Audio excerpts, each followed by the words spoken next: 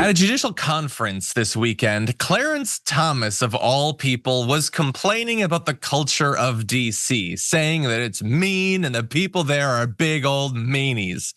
He was asked about working in DC, considering the way our politics goes. And he says, I think there's challenges to that. We're in a world, and certainly my wife and I, the last 2 or 3 years, it's been just the nastiness and the lies. It's just incredible. Now, I do agree that his wife has been involved in some nastiness and lies about the election. That's true. I don't think that's what he means there. He says, but you have some choices. You don't get to prevent people from doing horrible things or saying horrible things. But one, you have to understand and accept the fact is that they can't change you unless you permit that. And that is true. Like, we can criticize all of the millions of dollars of gifts that he has gotten from people that desperately need his support on the Supreme Court. And we can point out how utterly corrupt that is. And we can't force him to step down. And so he just won't. He will just continue to be corrupt. So he's living his advice.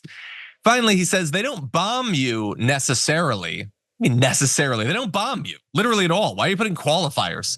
But they can bomb your reputation or your good name or your honor. And that's not a crime, but they can do as much harm that way. Hey, I'm glad you're here. Listen, in order for the Damage Report to keep on going, we need viewers like you to become a member on YouTube. Can you click the join button on YouTube today? Thank you. He should be so thrilled that he has gotten away with all of what in any other country would be seen as utterly unacceptable bribery. Yep. That he should just take the win, but he's not happy. He has to go out and whine about the fact that we found out about the fact that he was taking millions of dollars in bribes. And the fact that that has ruined his good name. What good name, man? I got news for you. You didn't have a good name before the bribery stuff. You got onto the court amidst horrendous scandal. And it's so brazen. What do you think? I just think it's incredible that we always call like third world countries or the global south countries like corrupt, and their judicial systems are corrupt and they have bribery and all this. And yet our 9 justices are so full of like billionaires' caviar from their fishing trips and just like merch. They're just, I don't know, they are so corrupt.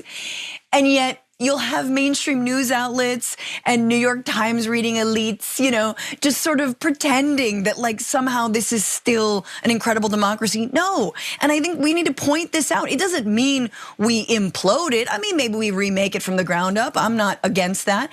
But just like if you want, look no further than the Supreme Court, and then you see young folks on the streets angry about genocide, angry about the complicity of this government. And then you're like, yeah, who are they? Who's anyone looking up to? These are some of the most prestigious jobs in the world, right?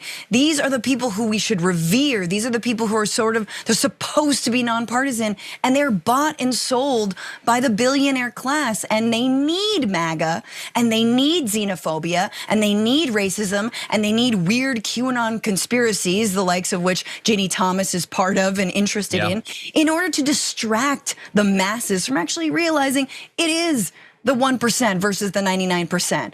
And we have to do that convincing. I'm not saying we reach out and hold the hand of Steve Bannon's little, like sort of pockmark, but we need to wake people up to the fact that we are run by corrupt elites, and it's us versus them, and that's it. We try, we try to make the connection, like Charlie Kirk and Matt Walsh exist to distract from Clarence Thomas. That's why they exist. That's why they are funded. Libs of TikTok exists to defend this. And it's not an end of its own. They want Clarence Thomas because Clarence Thomas will give to the other millionaires and billionaires everything that they want. That's why they care about this. I'm gonna close with a reminder. We're not gonna go through all the corruption scandals and everything. So he has that massive motor coach or whatever, hundreds of thousands of dollars. Most of the loans were forgiven on it, which means he was just given it basically. Like, how many of your salaries, years of your salary, was he just given in this coach? And it's a dear friend, so he doesn't even think he should have to disclose it. It's just bribery. That's literally, if you saw this happen, you talked about like the global South or whatever. If you heard that this was happening in Kenya or something, how would Republicans describe this? Well, they'd probably drop some words we wouldn't want to say, but at the very least, corruption. That's all it would be. And they would not care that judge, had a dear friend who worked in energy and wanted to give them a motor coach. That would be irrelevant because it is irrelevant. It's bribery either way. And the last thing I'm gonna say is if and when, and man, I hope in our lifetime we truly have some serious court reform in this country. Expanding the Supreme Court would be a start. Obviously making it illegal to accept any of these gifts. Maybe term limits, I don't know. But watch, if we ever have those plans, and in a lot of, again, global South countries where there is more of a socialist president that wants to do judicial reform, it's always reported on as if this is the most extreme thing. How could they do it? It's compromising the judiciary. It's like, well, what's the judiciary been compromised up until this point? Like unfettered money. So if and when we get an AOC into the White House at some point, you know what I'm saying? Watch how the media will be like, she's doing radical things by, expanding the court. Isn't that a little extreme? Isn't it a little extreme that a hedge fund billionaire is just taking our Supreme Court justices fly fishing?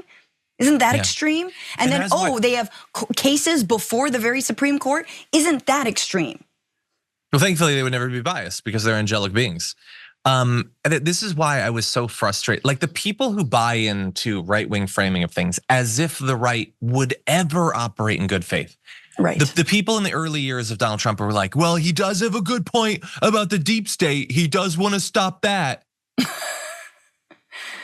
There are billionaires giving hundreds of thousands of dollars to Supreme Court justices. And Donald Trump and right-wing media are doing everything they can to make sure that literally never stops and in fact accelerates. Spare me the concern about the deep state. Trump just told the oil and gas industry, buy me off for $1 billion. Yeah, give me $1 billion and you can rape the natural world. Yeah. But he's very worried about the deep state. And he's critical of the elites, and so is Tucker Carlson, because he once said the word elite on his show.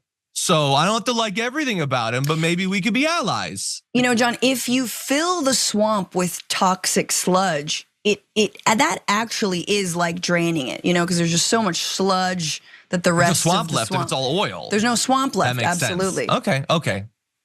I think that we can work together.